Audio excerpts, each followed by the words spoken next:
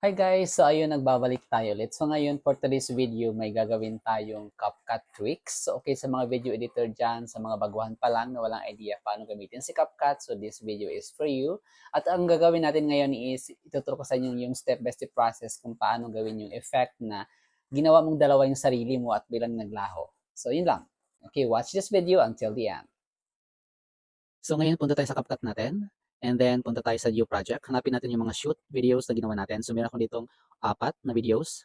Okay, select lang natin yan. And then, click import.